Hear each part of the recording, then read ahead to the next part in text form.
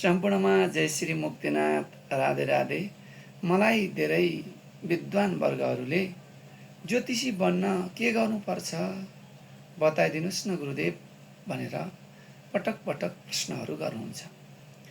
मैले विगतको समयमा 2 पटक ज्योतिषी बन्नका लागि के कस्ता पुस्तकहरू अध्ययन गर्नुपर्छ, कस्ता कस्ता गुरुवर्गहरूसँग हामी भेटघाट गरेर अन्तर्क्रिया गरेर ज्ञान आर्जन गर्न सक्छौं भन्ने विषयमा जानकारी दिएको थिएँ। आज मैले थप आफूमा भएको क्षमतालाई अझ विस्तार गर्नका लागि ज्योतिष शास्त्र सम्बन्धीका विभिन्न पुस्तकहरू यो 5-6 महिनाको अवधिमा मैले अध्ययन गर्ने सुवर्ण अवसर मिल्यो। जुन पुस्तकहरू जातक पारिजात भाग 1 मैले पढिसकेको थिएँ, भाग 2 जातक पारिजातको अध्ययन गरेँ। दोस्रो ज्योतिष शास्त्र सम्बन्धी भावार्थ रत्नाकर डाक्टर जगन्नाथ भसिनको लेख्नुभएको पुस्तक अध्ययन गर्ने अवसर मिल्यो, भावार्थ रत्नाकर। त्यसपछि सर्वार्थ चिन्तामणि भाग 1 र भाग 2 को अध्ययन गर्ने सुवर्ण अवसर मिल्यो। त्यस्तै गरी जातक सारदीप भाग 1 भाग 2 र भाग 2। त्यस्तै गरी बृहत संहिता पनि भाग 1 र भाग 2 भाग 1 र भाग 2। त्यस्तै गरी वृद्ध यवन जातकम एकदम रहस्यमय पुस्तक वृद्ध यवन जातकम भाग 1 र भाग 2। त्यस्तै गरी यो भोज संहिता डाक्टर भोजराज दिवेले लेख्नुभएको सम्पूर्ण नवग्रहहरू सम्बन्धी प्रत्येक ज्योतिष शास्त्रका शास्त्रीय पुस्तकहरूमा के कस्तो छ त भनेर विस्तृत रूपमा उहाँले उल्लेख गर्नुभएको छ। मसित यो 8वटा यी पुस्तकहरू यो चन्द्रखण्ड, मङ्गलखण्ड, सूर्यखण्ड भन्ने यसरी अध्ययन गरियो। एकदम राम्रो लाग्यो यो किताबहरू। त्यस्तै गरी अर्को वैदिक ज्योतिष नक्षत्र चमक वास्तु नक्षत्र विचार। ज्योतिष बन्नका लागि त नक्षत्रहरूको त अध्ययन गर्नै पर्यो। नक्षत्र विचार प्रकाश दिवे र कृष्ण कुमारले लेख्नु भएको। अनि भाव कुतूहलम एकदम राम्रो पुस्तक। अनि आयु निर्णय, आयु बारेमा त जान्नै पर्यो, आयु निर्णय। अनि ग्रह और सन्तान कसरी बाधा केले पार्छ, सन्तान कस्ता हुन्छन् त्यसको बारेमा केएन रावले लेख्नुभएको पुस्तक। अनि कुण्डली दर्पण सम्पूर्ण व्यक्तित्वहरूको कुण्डली विश्लेषण गर्नुभएको छ उहाँ गुरुले, ज्योतिष भोलानाथ घिमिरे।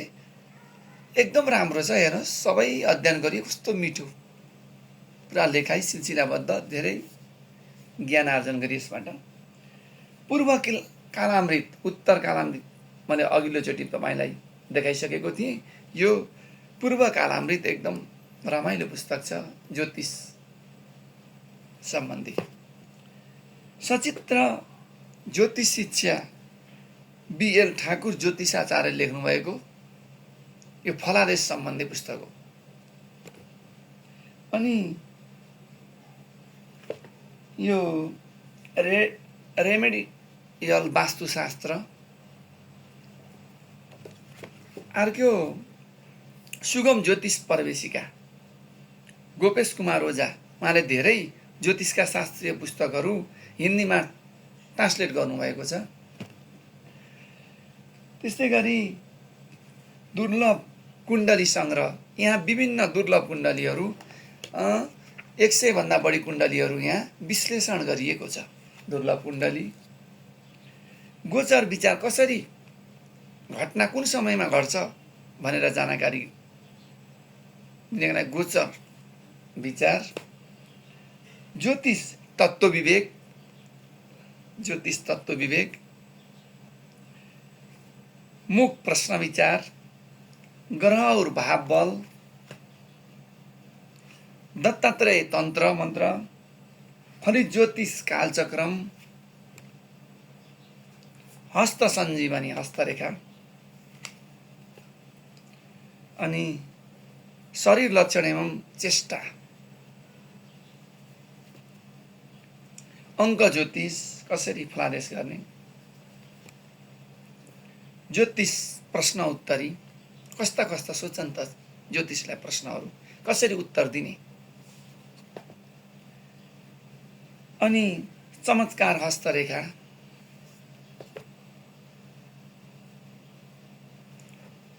अनि यो सानो लाल किताबको किताब, लाल किताब, साथै यो ज्योतिष बन्नका लागि सबभन्दा महत्त्वपूर्ण पुस्तक प्राचीन लाल किताब। यसमा झन्डै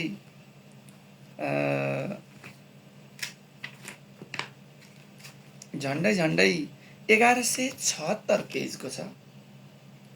यी किताबहरू मैले अध्ययन गर्ने अवसर मिल्यो, एकदम खुसी लाग्यो। झन् ज्योतिष शास्त्र सम्बन्धी झन् गहिराइमा पुग्ने अवसर मिल्यो। तपाईहरूले पनि यी किताब खोजी खोजी पढ्नुहोला। केवल 2-3टा किताबहरू पढेर 2-4 महिना ज्योतिष पढेर मात्र हामी ज्योतिष हुँदैनौँ। नेपालमा र विदेशमा ज्योतिष शास्त्र सम्बन्धी ज्ञान भएका गुरुहरूबाट अन्तर्क्रिया गर्ने, यस्ता पुस्तकहरू हामीले राम्रोसँग अध्ययन गर्ने। यसरी अध्ययन गऱ्यौँ भने, अन्तर्क्रिया गऱ्यौँ भने, अनुसन्धान गऱ्यौँ भने हामी ज्योतिष बन्न सक्छौँ। सम्पूर्णमा जय श्री मुक्तिनाथ। राधे राधे।